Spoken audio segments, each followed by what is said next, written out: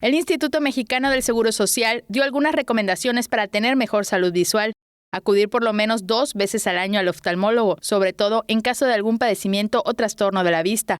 Los trabajadores deben utilizar las medidas de seguridad en sus labores para proteger sus ojos. Descansar la vista durante 15 minutos por cada 2 horas continuas frente a la pantalla. Evitar el uso prolongado de dispositivos electrónicos y mantenerlos a una distancia de al menos 60 centímetros.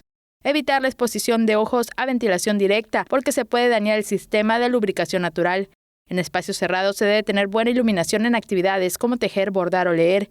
Evitar tocarse los ojos sin haber realizado higiene de manos. Mantener una alimentación saludable rica en verduras y frutas. Evitar el uso de gotas o remedios caseros porque podría generar mayores complicaciones.